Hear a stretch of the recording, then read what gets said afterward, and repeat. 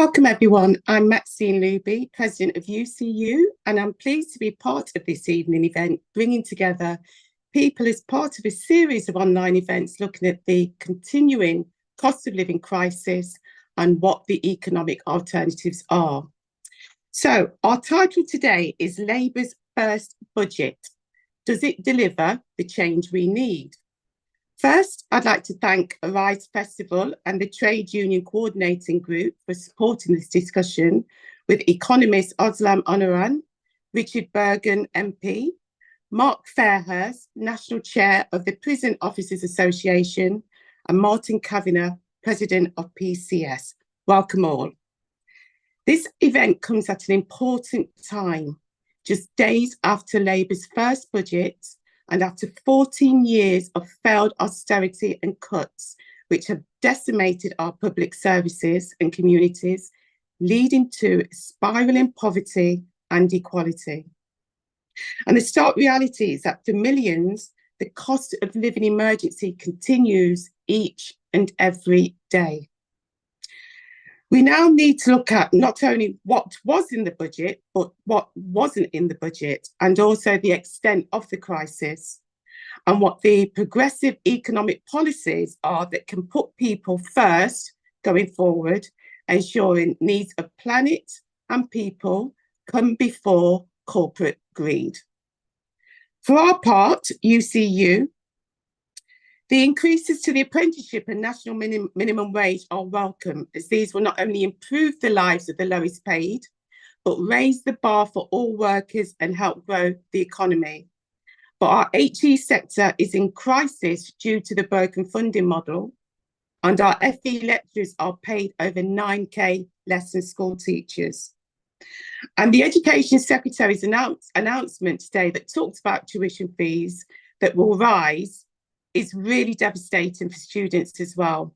The proposed hike to tuition fees is both economically and morally wrong, taking more money from debt-ridden students and handing it to overpaid, underperforming vice-chancellors. And it won't even come anywhere close to addressing the sector's core issues. So, we hope to take some questions, so please think about some questions you'd like to ask our panellists, and we'll have a chance to do that very shortly. But also let us know in the Q&A where you're tuning in from. Check out the links in the chat if you can, and please donate to Arise to help cover the hundreds of pounds of costs that each one of these important events costs. Okay, so we're going to make a start. Less on me, more about the panel. We couldn't have a better lineup to discuss our themes today, and I'm absolutely delighted now to move on to hearing from our speakers. We do have limited time, so I will be asking speakers to stick to the timings. Happy to give you a minute warning when your time's nearly up, and we'll go first to our first speaker, should I say. And our first speaker is Richard Burgon, MP. Welcome. Thanks for joining us, Richard, and I'm going to hand straight to you. Thank you. Thanks very much, Maxine, for that introduction, for setting out the discussion before us today. And thanks to the organisers for inviting me to speak. I want to start by spending a few minutes looking at the positives in the budget, which I think are testimony really to the campaigning of many people on this call and beyond over many years. And then after that, I'll look at where I think more should have been done and where we need to focus our campaigning over the next coming months. Now, to start off, I do think, as Maxine said, it's a welcome break from over a decade of austerity. The first thing I would say is that it's welcome, in particular, being a big change from the Tory slash and burn plans they announced at their last budget, and which would have led to deep cuts in this Parliament. I'll come back to whether rejecting those Tory cuts is enough, but I do think we need to note this, and I do think we need to welcome this.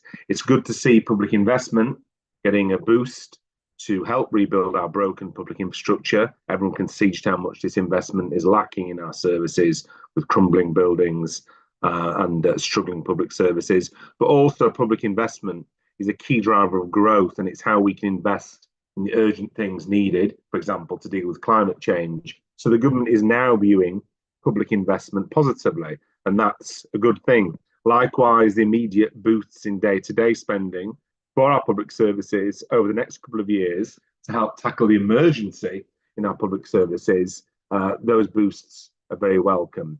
And that will pay for some positive things like the 40,000 extra appointments a week in the NHS, and in education, it'll support the recruitment of 6,500 new teachers. And there was a good boost too in the capital spending to upgrading and rebuilding schools. There are also some positive steps for those like me who want the wealthiest and the tax dodgers to be made to pay their fair share. And this is why we've heard so much squealing from the right-wing press in recent days, who are owned by billionaire tax dodgers and for whom defending the super rich seems to be their priority. Now, the package of progressive taxes includes ending the non-dom scheme for wealthy foreigners' overseas income, imposing VAT on private school fees, higher capital gains tax, with the higher rate rising from 20% to 24%, and there are moves to make private equity pay higher taxes. The windfall tax on oil and gas profits is to increase to 38% and run to at least March 2030. And the government will also remove the 29% investment allowance, which oil and gas giants were using as a way to wriggle out of paying what they should be paying previously. And there's the ending of certain allowances that have allowed very wealthy people to buy vast tracts of farmland to avoid inheritance tax. Private jets will also attract an extra 50% air passenger duty. So I think we should note that many of those policies I've just outlined in the budget reflect campaigns that the left has pushed for a long time. So we should welcome them, in my opinion, and then campaign for them to go further. Another positive is the minimum wage increase of 6.7% to £12.21 per hour. Now, I've long campaigned, as many people on this call have, against in-work poverty. So that boost in this week's budget is a positive step forward, a pay boost for thousands of people in my constituency who will see their wages go up. For example, a full-time worker on the full rate will get a pay rise of £1,400 a year. Altogether, this will help 3 million low-paid workers. Also, positive steps on the journey to equalising rates for younger workers, the rise of 16.3% for the 18 to 21 minimum wage rate. So combined with the Labour Employment Rights Bill, these are steps in the right direction for working class people. But here, as elsewhere, there's more to be done to get that £15 per hour national minimum wage that we've been calling for, but it's going in the right direction.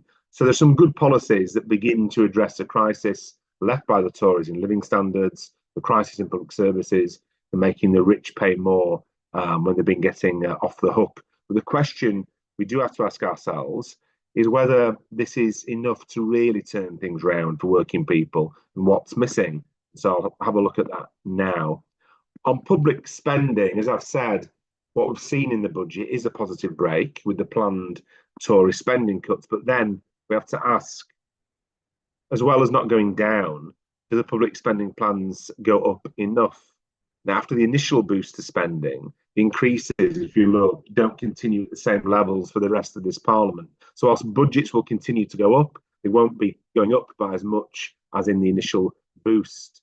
But these increases, I would say, do need to be sustained if we're going to reverse the cumulative effects of a decade of cuts. So our public services are going to need much more support in the coming years. And of course, when budgets don't go up enough overall, and when certain departments are protected, then there's a real risk that some of the unprotected departments could see future cuts. Next spring is the spending review, where each department will get its settlement until the end of this decade. And we need to step up our campaigning to ensure that no departments see any falls in their budgets and that there's further boosts to their budgets.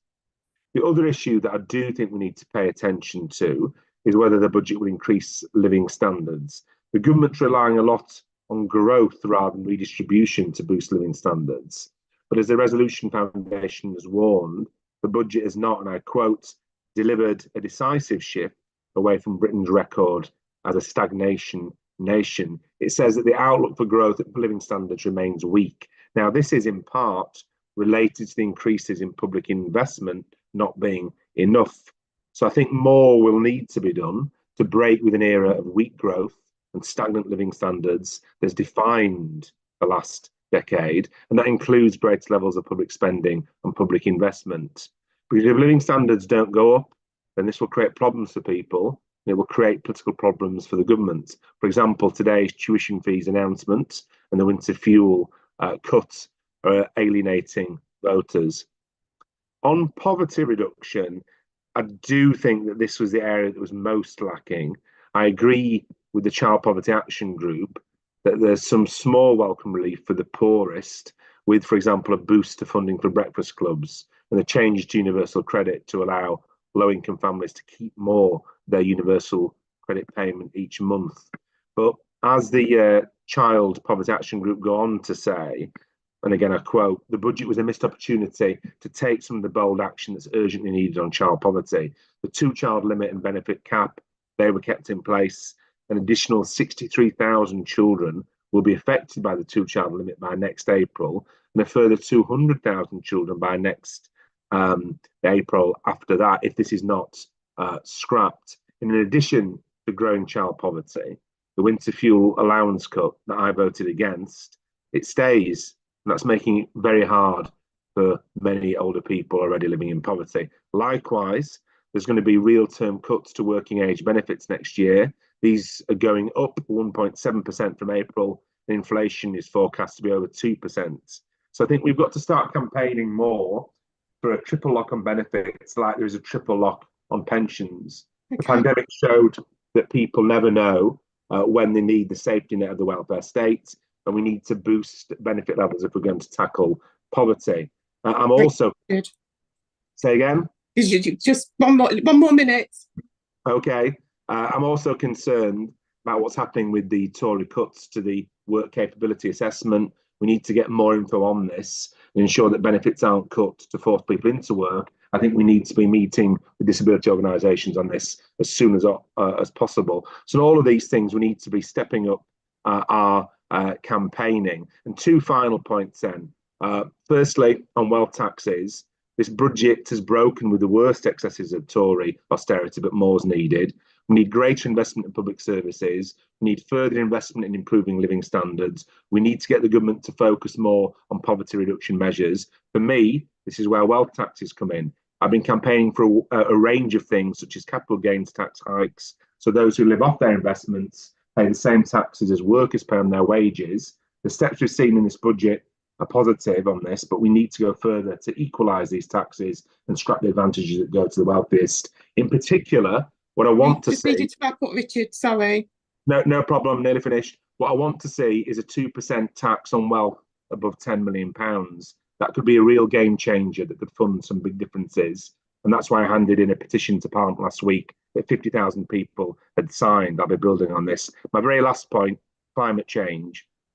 I do want to touch on the horrific scenes in Valencia with the floods. We need to look at new sources of income to invest in not only limiting, but dealing with the deadly effects of climate change. So I'll be launching a new bill to make polluters pay, really going after the fossil fuel companies so that those who cause the climate disaster actually pay for tackling it. Thank you very much. Thanks, Richard. I really appreciate that. There's a lot to get in, I know, and I'm just sorry because we're so short on time, but so much to discuss. So thank you for opening up that conversation, Richard. I'm going to move straight on to our next speaker, who is Sean Errington from Arise. So you'll be saying a few words from the organisers, if you could, Sean. Thank you. Thank you so much, Maxine.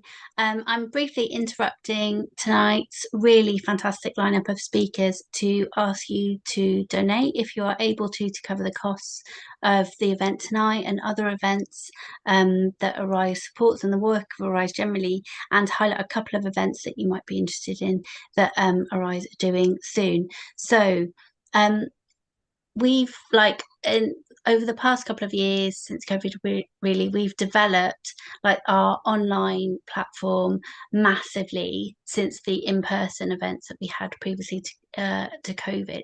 And actually, when we've had in-person events, many of you have come up to us and said how much you appreciate these online events as a space for political discussion and as an opportunity for political education that maybe spreads it outside of London. Those of you that are not able to travel for whatever reason have really appreciated the online events and your ability to participate in an online event. So we really want to continue them and to continue making them free for everybody.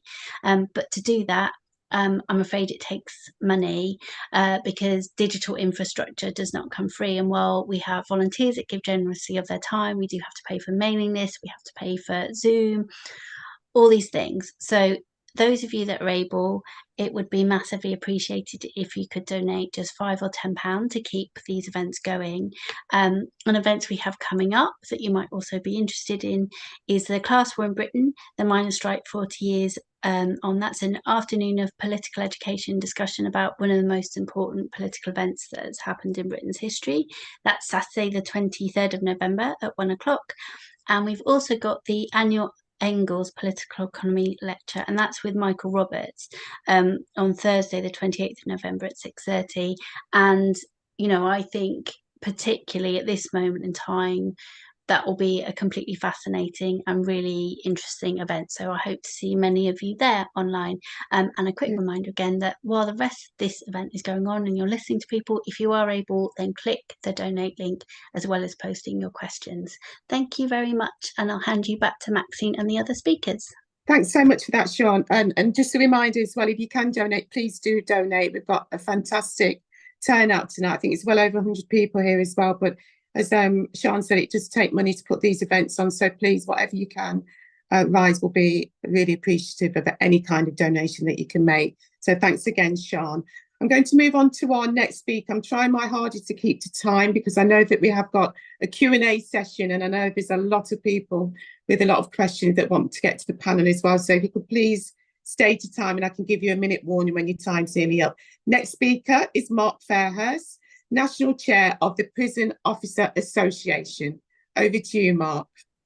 Thank you and good evening, everybody. I guess before I comment on the budget, it's important to put it into context what we've experienced over the last 14 years of Tory toxic rule.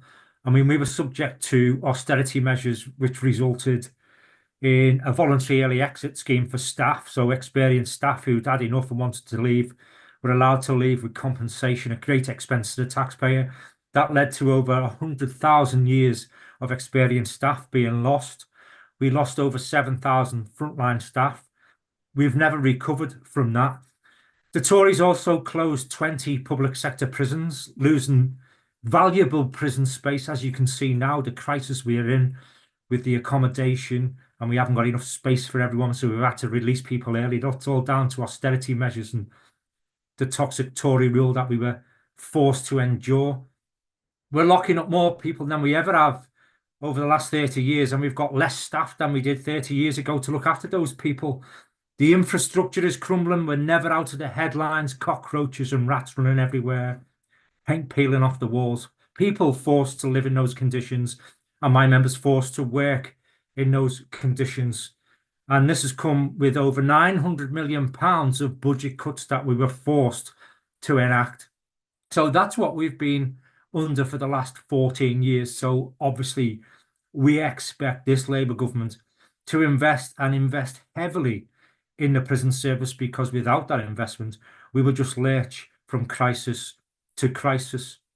So coming on to the budget, was there anything positive for us? Was there anything at all for us? Well, sitting down and looking at the finer details, I guess the most positive aspect from the budget for the prison service, certainly for my members, is the increase in the minimum wage. Our lowest paid members, our support grades, they will see when this is brought in a pay rise annually of over £250, which is a positive, and that's without any annual pay award. But the negatives, I guess, is the rise in national insurance contributions. Does that affect the prison service with it being a public sector body? I'm hoping it doesn't, because that will affect budgets and will have to be paid for. out of existing budgets. And I guess the other thing is where Rachel Reeves asked for government departments to save at least 2% from their annual budgets. Now, quite simply, and being candid, we have got nothing left to cut. Absolutely nothing left to cut. So asking the prison service to save another 2% from their annual budget, with the annual pay award due to be negotiated and consulted upon over the next couple of months, it's just not practical. We simply can't do it. We've got a massive building programme ongoing and a prison expansion, which Labour have earmarked over £4 billion of taxpayers' money to enact. So we're going to expand the current estate if we've got the land to build on. And we're going to build at least 2 new prisons. So just imagine what that £4 billion could fund in the public sector if we moved away from new prison builds, because if you build new prisons, you will always fill new prisons, and we want our prison population reduced. So we've actually got a fighting chance of doing our job. So we could fund with that a modernisation of the estate. We could fund probation service. We could look at alternatives to custody in community sentencing. We could do so much with that £4 billion. So what we're looking at now, apart from what's been announced in the budget, which we're still unsure of, is we're looking at the spending review.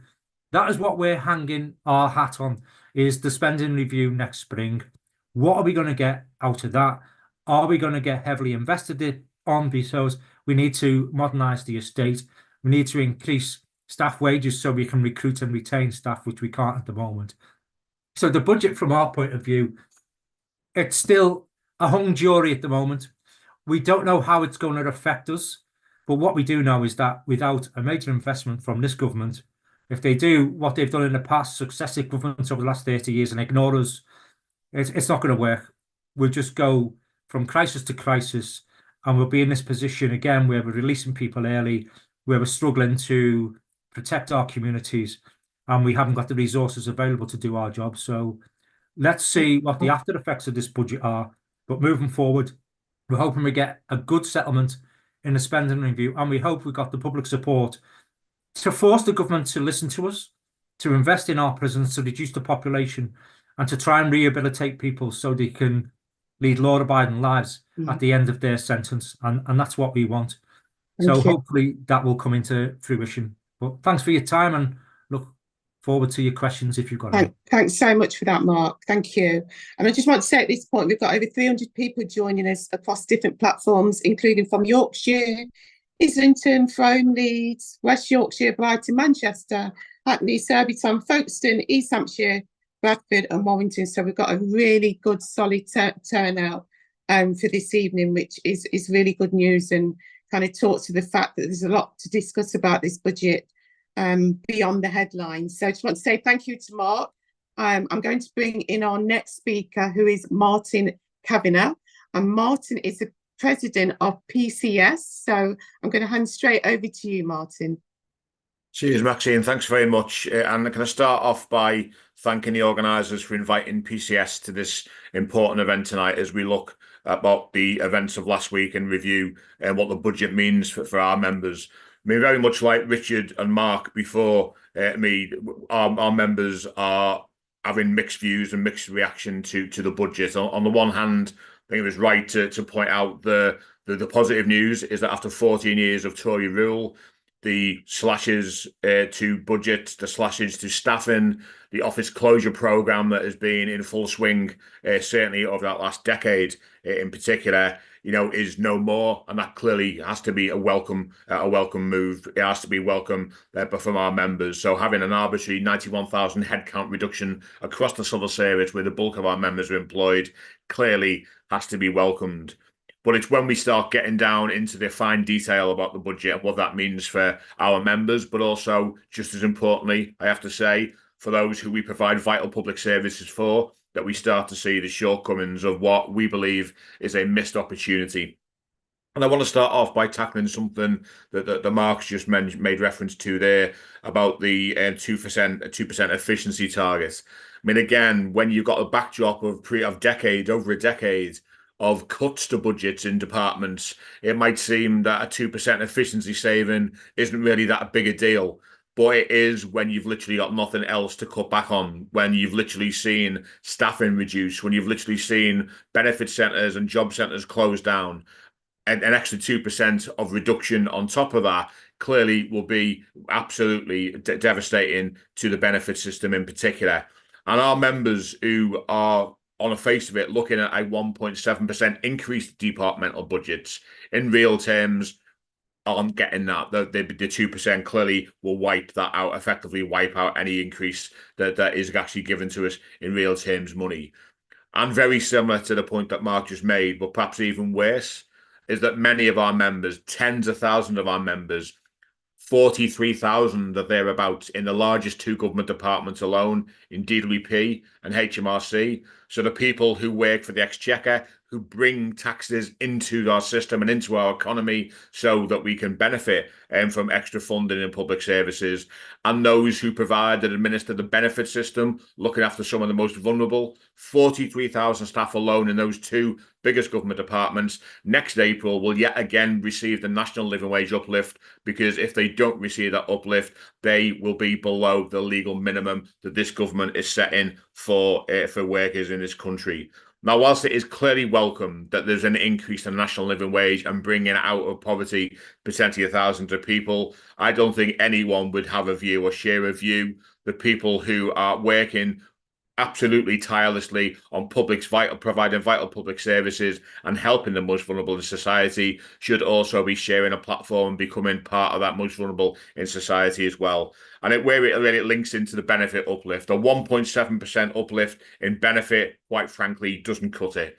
We know that inflation is expected or anticipated to be around about 2.5% for the rest of the year. So that's a real terms benefit cut during that period. And we believe many more people will therefore be plunged into poverty. If you add to that the rising energy bills, they're 10% at least we expect, 50% rise by January of bus fares, train prices going up, council taxes up by 5% next April, and that 1% uplift in benefits really doesn't do it, does it? And so I would say this in closing, that our task as a movement, but also our task as a trade union, PCS, is not just to work and protect and campaign for better for our members, but absolutely to campaign for better for those who we provide services for. And so when we are looking at working with DPAC and other disabled organisations to try and fight back on what is disgracefully, it looks like the plans to continue implementing the stories we're doing, then that cannot be expected. And the very final point I'd make of this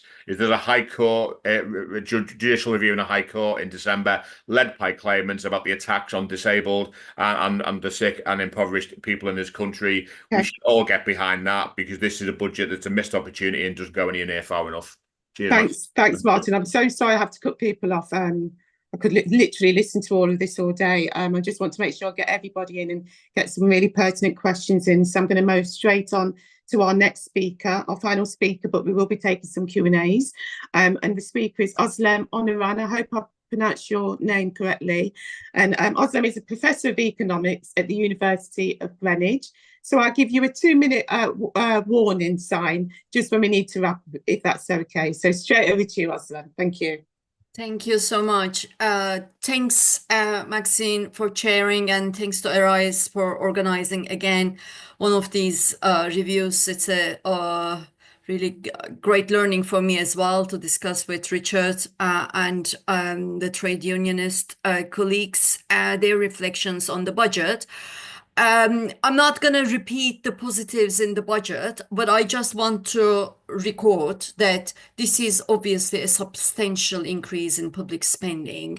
The additional spending pledges are adding up to something like about 3% of the national income, gross domestic product, per year. Having said that, I will highlight 3 major issues that I see in this budget. One is the issue of public ownership. How will this new public spending affect ownership, particularly in the key sectors of healthcare and renewable energy?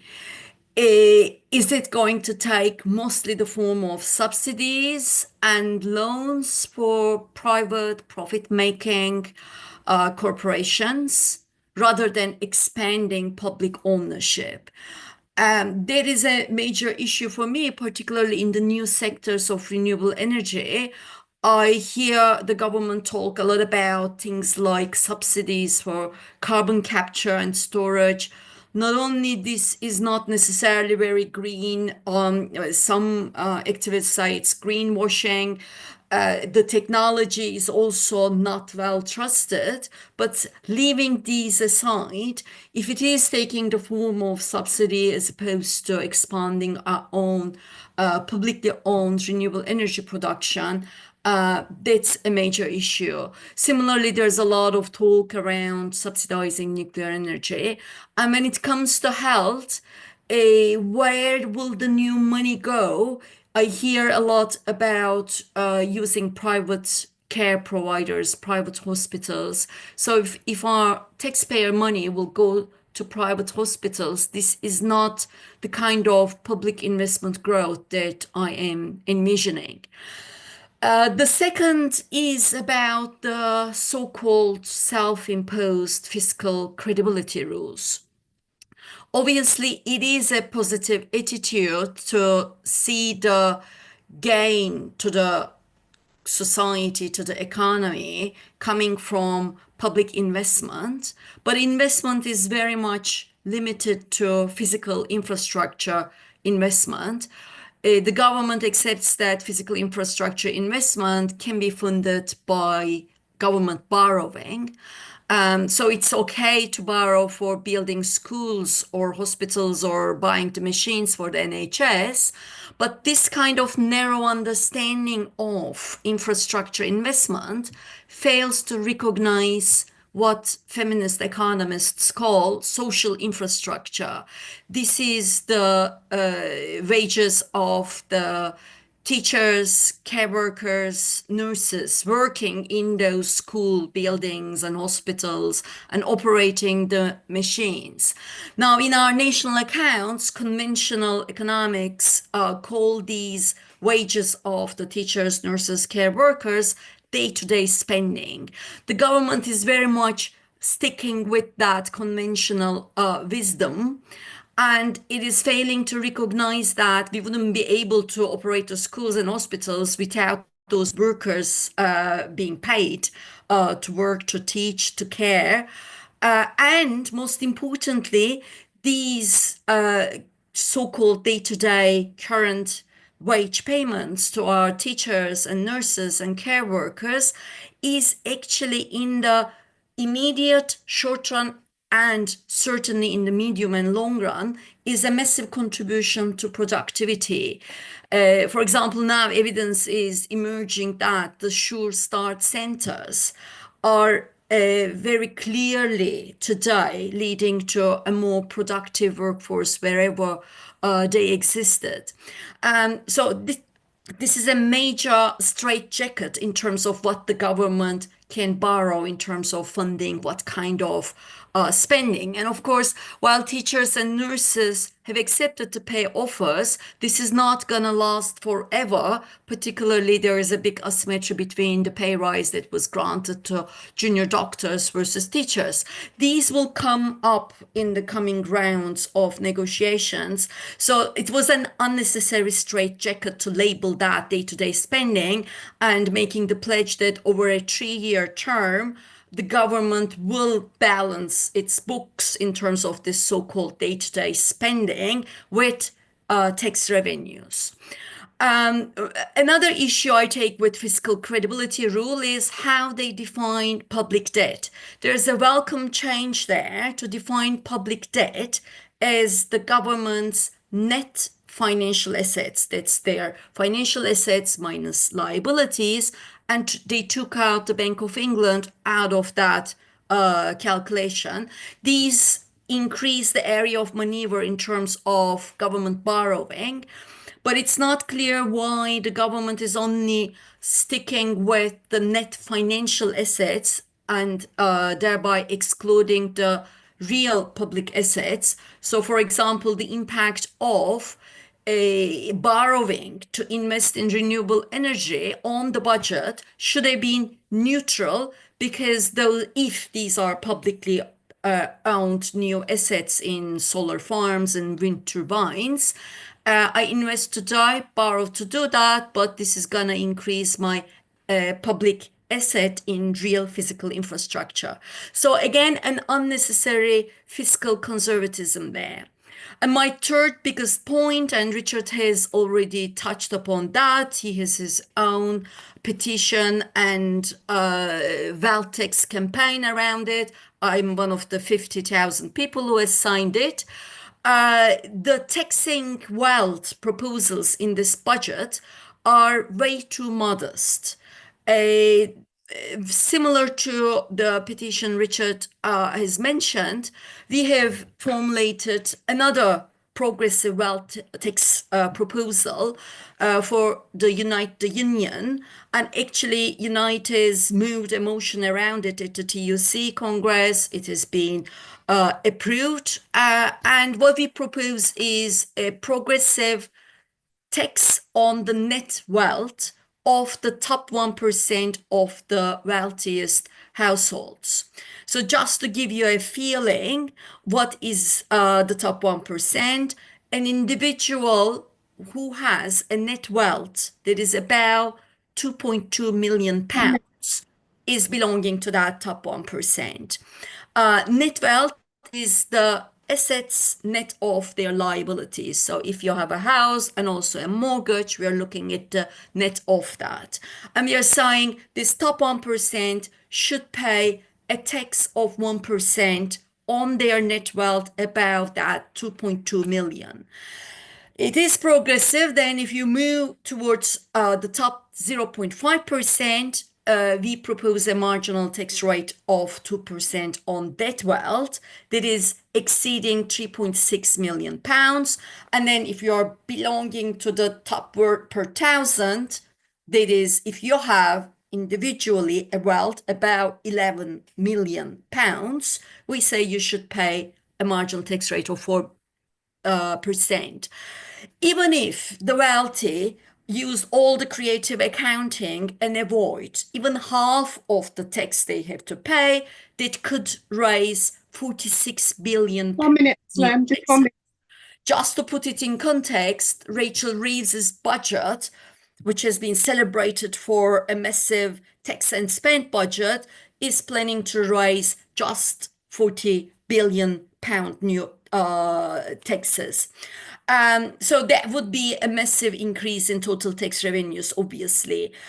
We also propose, for simplicity, or actually Unite asked us to propose that or to formulate it, if we had a very simple 1% flat tax rate on the top 1% wealthiest individuals, even that could raise about 17 billion pound in the most pessimistic scenario, that they avoid about half of that.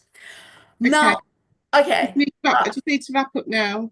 Maybe I should say one last thing about all the celebrated increases on the taxes of the wealthiest, from capital gains to private equities. Richard mentioned it. It seems like there is an increase there, but the private equity managers said, one of them said, I don't usually drink, but I went out to celebrate it after the announcement.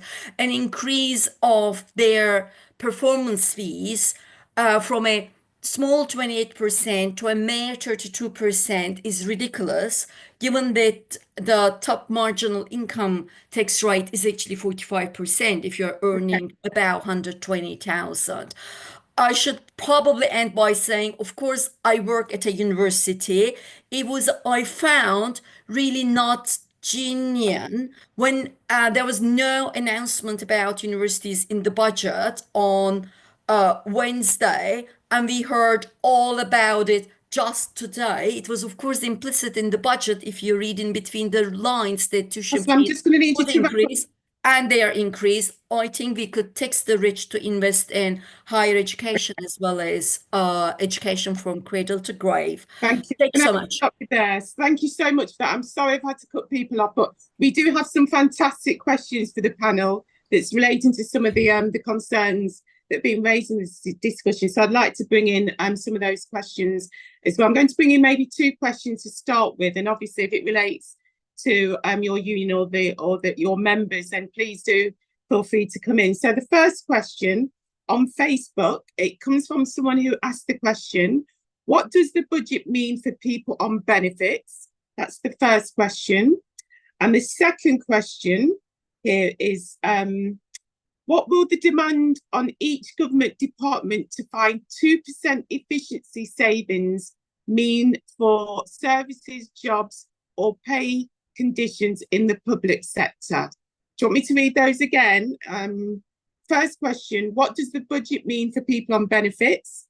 And the second question is, what will the demand on each government department to find 2% efficiency savings mean for services, jobs, or pay conditions in the public sector? So I'm going to open those 2 questions up to the panel if anyone wants to come in.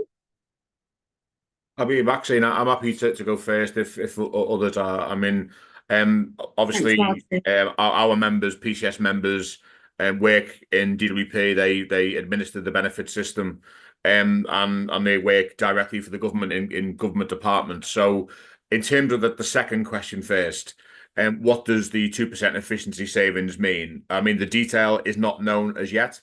So will it mean staffing reductions? Will it mean office closures or estate cuts to the estate? That clearly is a concern. That clearly is a worry that we'll need to enter into detailed negotiations around. But what it clearly will mean is a 2% efficiency target. If it does mean administration costs, and administration costs can mean anything or can account for anything to looking, at making savings in terms of bringing in sort of experts to advise you on certain matters, or bringing in outside companies to work on your core services, then a cut to that will clearly have an impact on service delivery. There's no question about that. But the actual fine detail, I think it's fair to say, is not known as yet. And what I would say in terms of the impact on people with benefits is this. I don't believe that this is a good news at all for people in benefits. I think the benefit cap is still in place. The 2-child cap is still in place. We have, millions of people, children in 4.3 million children living in poverty in this country. This does nothing to eradicate that child poverty or even move us to anywhere near enough, despite the positives that Richard outlined earlier on. I don't think it moves anywhere near enough. And when we're looking at the benefit system, and when we're looking at the changes to WACA or work capability assessments, the uncertainty around the future of PIP and what that means to thousands of people in work, there are still some real challenges and still real worries there, which is why we will keep campaigning for a fundamental and overhaul of the benefit system alongside our members, alongside DPAC and alongside Unite Community and others, because we believe that's long overdue. So I hope that helps answer, Maxine. That's great. Thanks for that, Martin. I'm going to bring in another question. So please feel free to answer the other question I mentioned before, and another question from Debbie on Zoom from UCU Yorkshire and Humber. R&B asked, if we care about people and planet, why should we get excited about growth? So is that Özlem? Have you got your hand up for a question? Is it that one or the one before? Either one. There was the ones before, actually, but I can say something about growth as well if you want. Yeah. Okay. I mean, first about the benefits, the uplift sadly is indexed to the inflation that has been the lowest on record since the big inflation crisis. Even the end of year inflation will be higher than that. So it was just last month 1.7%. Benefits are now indexed to that. But at the end of 2025, the budget itself, or Office of Budget Responsibility, forecasts 2.6% inflation. So for these people on benefits, cost of living crisis is not only continuing, but it's deepening. And of course, there's nothing about undoing some of the punitive measures in our benefit system that were introduced by the Tories. Of course, everyone has mentioned the continuing two-child benefit limit, but there are also other sanctions and benefit caps that could have been relaxed if there was more taxation of the rich. Now, in terms of the efficiency savings, I think I want to say a few more things about where there's not enough money. So seemingly we have some additional 600 million funding for local authorities to support social care, but it's very unlikely to be enough to compensate for years of underfunding or for the increase in the minimum wage and national insurance contributions now. So certainly this lack of social care funding will continue to put pressure on the NHS. And on top of it, of course, there will be a lot of unmet social care needs in our communities. And again, as always, women will be picking up the care need using their unpaid domestic time, and it will impact women's own health and it will prevent them from becoming part of the paid labor market if they wish to do so. That is not only deepening the existing gender inequality, but also it is inefficient from a economic productivity perspective. Similarly, I don't see how there is enough budget at the moment in the budget settlements for the departments for health or local government or education to include additional funding to meet the cost of paying their workers the new increased minimum wage. I welcome the increase in minimum wage. I actually think it is not enough. It should increase gradually towards what we would think to be a living wage. It is not matching with past inflation in the cost of living of those low-paid workers. But obviously, these are the key workers working in early education, childcare, social care. Yeah. I'm just going to bring, I just need to stop you there just 1 minute, because I've got a couple more questions that I want to bring everybody out. And I've got Richard's hands up, and I've got 2 more questions that we can bring in as well. So, Richard? Oh, thanks very much, Maxine. Yeah, so on the issue that was just raised about growth, if you look at the growth that's projected and the Chancellor forecast in her speech, it's more limited than some will have hoped for. I know that before the election we're saying we're going to have the largest growth in the G7, etc. I just think we've got to be careful we don't see promises for growth as a kind of alternative to the proper level of redistribution that's required. I think some politicians see growth as or attempting to get growth as an easy way out of the choice of redistributing wealth to the extent that I and others have set out in our campaigning for wealth taxes. In terms of growth as a goal, quite separate from that, I think it depends on growth of what, doesn't it? You know, there are green industries and green growth that can occur, but I think we need to focus on making the polluters pay. And we see what's happening in Valencia, and that's why, as I mentioned earlier, I'll be launching a bill in Parliament about making polluters pay. But obviously, we need to look at the kind of society we want. It's not about growth for growth's sake.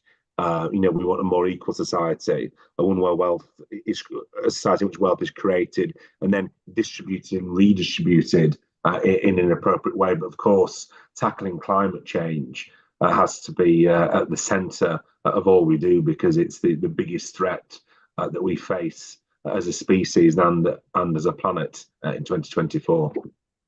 Thanks for that, Richard.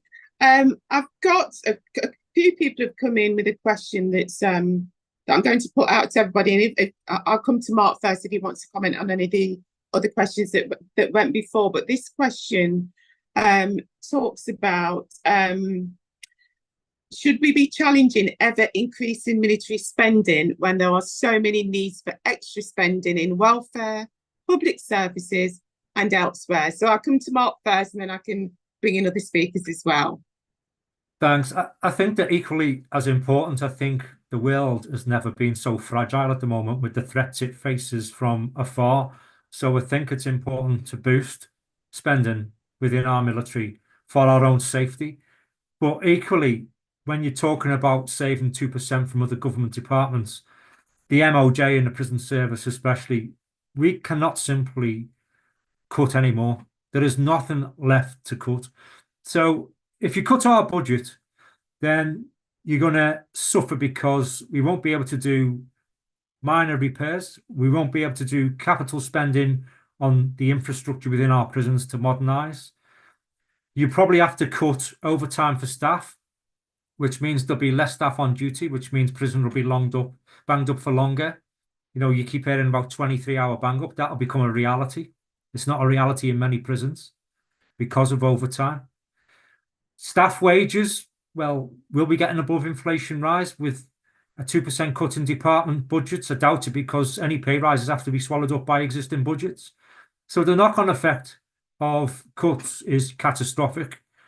If this government is really serious about looking after the working class and looking after the public sector, it goes across the board, because I understand the NHS is vital and it's important and everybody loves the NHS.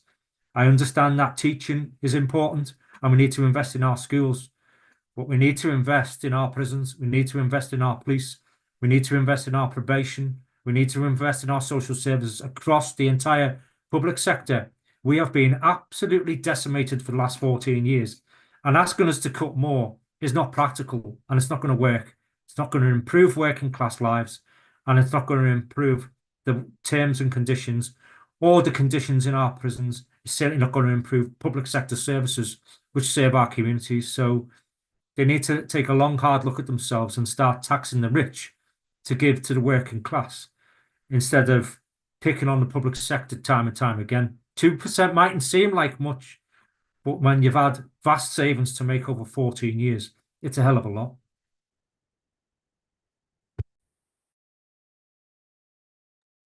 Thanks so much. Sorry, I couldn't get off mute. Thanks so much, Mark. Thanks for all those questions. I'm actually going to read a statement here, which is a very powerful statement, and I'm sure all of you will have some comments on this. This is from Robbie on Zoom, and he says, I'm a current Open University student and disabled and out of work from Bristol.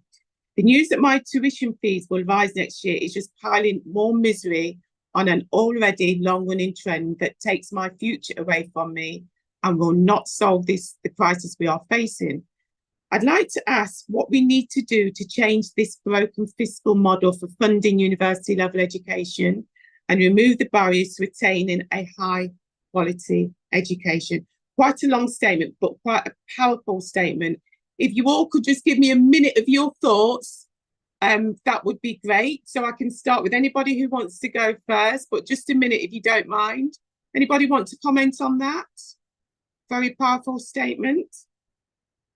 I mean, I'll go back again. He talks about it's a disabled Open University student with fees going up. Özlem, can I bring you in? Yes, thank you very much. And it's really something so dear to my heart. It's exactly what I was fearing that would happen when nothing was announced in the budget. I thought this would be coming. I looked for the between the lines, and yes, it was there. And I feel a little bit really, as I said before, not leveling with us properly to postpone that announcement to today. It's very bad news. A normal average student has about 50,000 debt when they graduate. They will find it very difficult to get a mortgage with that level of debt without family support. And that will just deepen the inequalities in terms of course, wealth and living standards. I should say, I'm not having a growth target in mind. If we do the right things, certain things will grow. There certainly has to be more growth in health, education, green economy, energy efficiency, investment in renewables, investment in public transport, investment in social housing. At the same time, we have to degrow substantially some things For example, why do we not scrap Trident? And of course, there is enough money. My proposal would be to start with the needs that we have, and certainly tuition-free higher education is one of the needs that I see as essential, particularly in the age of artificial intelligence. If we are to share the fruits of technological change equally, we need access to further education, higher education if people choose to do so, as well as education in other skills. And of course, while I understand the need for funding our prisons today, improving both the working conditions as well as the conditions of the prisoners and giving them opportunities for personal development. Of course, if we invest in a properly, fully funded education from cradle to grave, we would probably need fewer prisons in the longer run. And I would love to see a future where we can turn some of our prison buildings to training centers and culture centers or centers for early childhood education. That certainly doesn't gloss over the very detrimental conditions that we have in prisons today. But yes, I couldn't agree more with the colleague from Open University. I feel really bad that the only way the government saw in sorting out the university crisis is to put that burden on young people, on our students. Hence, back to the idea, tax the wealth of the top 1%. There is enough money. Let's have a democratic participatory plan discussion about what are the needs in the care economy and in the green economy, and raise taxes accordingly. Thanks for that. Now I'm just conscious of the time. We've got so what I'm gonna hold you to it. I'm gonna ask everyone just in a sentence, if you just like to, you can tell I'm a teacher. In a sentence, if you just like to sum up, just your final words, your summary of what you feel. A minute, please, everybody, because I know we've got to close down at 7:30. So I'm going to come to Martin. You've got a minute. I'll start with you. Yeah, cheers, Maxine. I mean, just very quickly in terms of summing up, but I mean, I think what the examples that every speaker has given tonight is that this what happens when you've had 14 years of the most abhorrent right-wing Tory governance of this country, and everything can't be addressed and overturned overnight, can it? But I think some of the choices that have been made and continue to be made right now aren't the right ones. So we've just had a discussion here about targeting young people in universities. We've targeted the pensioners by taking away their winter fuel payment. We targeted children by keeping the two-child cap in place. We're targeting benefit claimants by taking £400 per month away from the benefits by moving them forcibly from ESA into universal credit. And I think it's the choices that Labour have started making in the early days of the new administration that are creating this massive discontent. And I think our task as a movement is to actually change that narrative and start giving some positive examples of what can be done instead, rather than the cut environment. Thanks. I know it's hard in a minute. Thanks, Martin. I'm going to go to Mark, Richard, then Özlem, then we will have to start wrapping it up. Just a minute, if you can. Final thoughts and words. Yeah, thank you. Great question about university. I mean, you look at any inner city environment and you'll see high-rise buildings getting thrown up, and they're funded by the universities for new student accommodation. So they've got plenty of money. I'd love to see free education. That's not going to happen. So what can we do to help students? Well, we can put a cap on private landlords' rent for students, for starters. We could give them interest-free loans, and we could tax the universities on the profits that they make, because clearly they're making a lot of profits. And in relation to moving forward, Labour Party have scored a massive own goal by scrapping the winter fuel allowance. If we put a levy on the profits of the gas companies and the energy companies, it only had to be 0.5% levy on your profits, because they're making billions off us. We could have quite easily have funded the winter fuel allowance for our pensioners. It's absolutely diabolical. So moving forward, let's see what we can do for working class people. Absolutely. Thanks, Mark. Richard? Well, thanks very much. As I said in my opening remarks, there's a big long list of things we can welcome in this budget in terms of being a break from the direction the Tories have taken us with in over 14 years of austerity. And lots of those, I think, are due to the campaigning from trade unions, anti-austerity campaigners, and other groups over the last number of years. But obviously, we're in the business of campaigning and politics in order to change things the better further. So I think we need to push further, in particular on wealth taxes, because I don't think we can rely upon growth to create the funds to sufficiently turn our public services around and lift living standards. We need more action on climate change, and also crucially on poverty reduction. And that means revisiting the 2-child limit, that benefit cap. That means also, in terms of pension to poverty, ditching the cut to the winter fuel allowance. So some welcome things in there, much more to do. And this campaign doesn't end with the budget. It continues to the spending announcement in April, the spending review, and also beyond, as we seek to shift the government further into the right direction. Thanks, Richard. And just under a minute, Özlem, and I'm going to keep really strict on this one, just under a minute, and then we'll wrap up. Well, takes the top 1% for a needs-based democratic participatory budget for the 99%. Excellent. So just quickly, we need to change narratives. So these are some of the comments or the suggestions. Tax the 1%. We need to put a cap on private landlord student rentals. We need real action on climate change. It seems like we need a lot, but what I want to say is it's been a fantastic evening. Thank you everyone for joining us this Monday evening. Mondays is never the best evening, but we've had a fantastic turnout from across the country. You might be missing EastEnders or Emmerdale, I don't know, but thank you so much for joining us today.